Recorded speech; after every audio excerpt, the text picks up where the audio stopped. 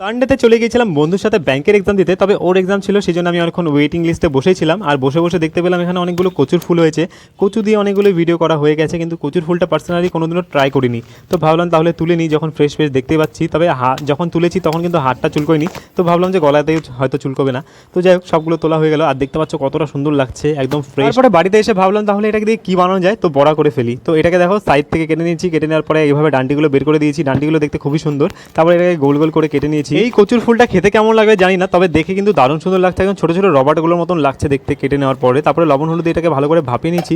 ভাপিয়ে নেওয়ার পর একটা বাটির মধ্যে রেখে দিয়ে তারপরে এটার মধ্যে ঠান্ডা জল দিয়ে আবার ভালো করে ধুয়ে নিয়েছি। পরে এক এক করে ডাল বাটা, বেসন আর লঙ্কা কুচি, তারপরে দিয়ে দিব হলুদ, লবণ, কালো জিরে আর লেবুর রস, কারণ গলা চুলকোতে পারে সেই জন্য ভালো করে মেখে নিয়েছি। মেখে নেওয়ার পরে তারপরে কড়াইয়ের মধ্যে তেল দিয়ে ভালো করে এটাকে বড়ার মতন করে ভেজে নিয়েছি। আর ভেজে নেওয়ার পরে এটা দেখতে তো দারুণ লাগছে আর খুবই ক্রাঞ্চি হয়েছিল। বড়াটা খেতে ভালো হয়েছে, তবে একটা কথাই বলবো, কচু যেমন তেমন কচুর ফুল কিন্তু আরও ডেঞ্জারাস, এটা গলায় ধরেছিল মারা।